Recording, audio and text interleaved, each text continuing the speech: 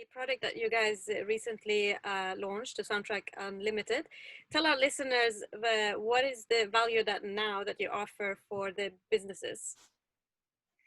I mean, unlocking the unlimited, the on-demand product for businesses was mainly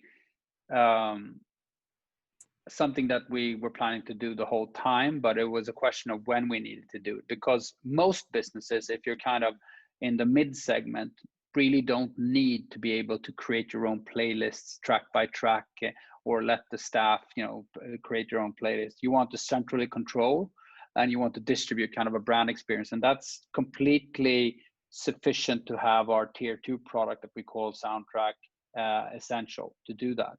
But then when we started kind of digging into more the SMB market, the small and medium-sized businesses, kind of the micro businesses, we saw a really cool behavior as well. The entrepreneurs that run 2-3 cafes somewhere in the world, like actually wanting to pinpoint every little track and, program their whole week because they love their business, right? They love their customers and they want to, be very, very unique in that specific instance. So they needed what is called an on-demand product, and they were willing to pay for that power.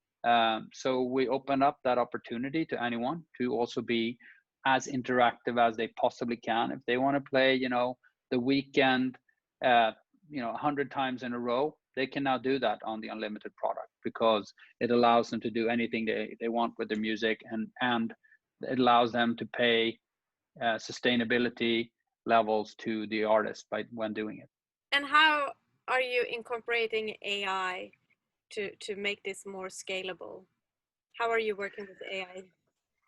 I mean, that's always been back to kind of 12 years ago, right? Where I started, and kind of the notion of creating some type of music recommendation support, of picking the right music for the right context.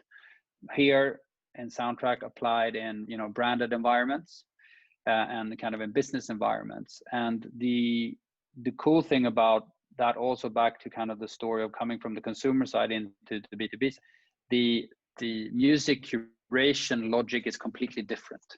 I mean, when you're consuming in your headphones, there's no real risk. You can jump in between tracks. If you're consuming an algorithm, it's totally okay. If 3 tracks are off, you just jump. In the business instance and the public, that's not okay. It needs to be much higher precision. And then also when you kind of set the DNA, or I would say the recipe for what music to be played, you need to think as you think when you're executing on a brand plan, right? You need to think when you're executing on the design of your shops, or when you're doing advertising. You need to take the brand strategy and apply it to music. And what we've done with our AI is we built kind of the bridge in between how a brand builder thinks, and how that is translated into music selection. So as an example, as if you're kind of a progressive brand targeting 40-year-olds,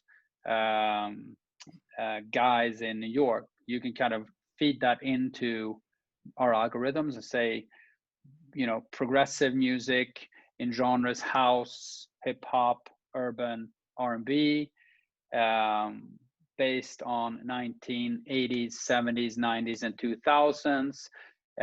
Explicit lyrics are allowed, and you can launch that kind of recipe of music, and it will create the soundtrack for your brand for that specific customer group, and it will live and update itself throughout time, so you can focus on selling clothes or whatever you're selling to us.